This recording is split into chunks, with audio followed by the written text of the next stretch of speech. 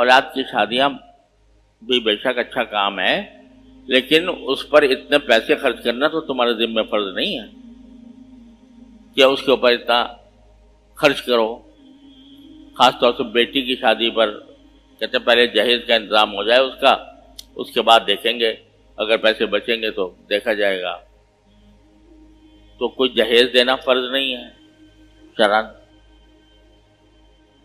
لڑکی کی شادی پر اتنا زیادہ خرچہ کرنا یہ کوئی شرعی فریضہ نہیں ہے، بلکہ بری بات ہے اپنی استطاعت سے زیادہ خرچ کرنا. اور یہ جو معاشرے میں رواج پڑ گیا ہے کہ لڑکے والے توقع رکھتے ہیں کہ لڑکی جو ہے وہ جہیز لے کر آئے گی، اور اگر نہ لائے تو اس کو تانے دیے جاتے ہیں. یہ ہمارے معاشرے کا بدترین معمول ہے جس کو ختم کرنے کی ضرورت ہے. اور ختم اسی طرح ہوگا کہ لڑکے والے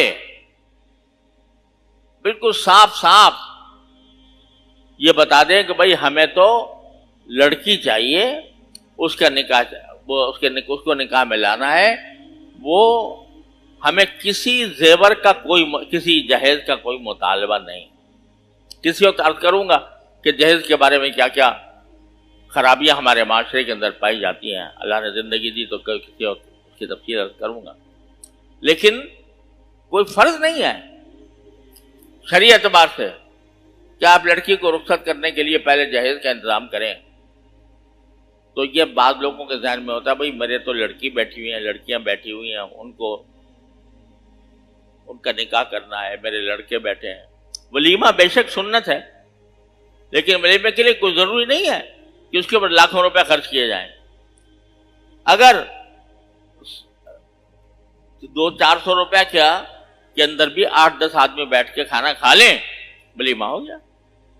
کوئی ضروری نہیں ہے کہ اس کے لیے کوئی ہال بک کرایا جائے، ضروری نہیں ہے کہ اس میں کھانے شاندار بنوائے جائیں، ضروری نہیں ہے کہ اس میں سینکڑوں آدمیوں کو دعوت دی جائے.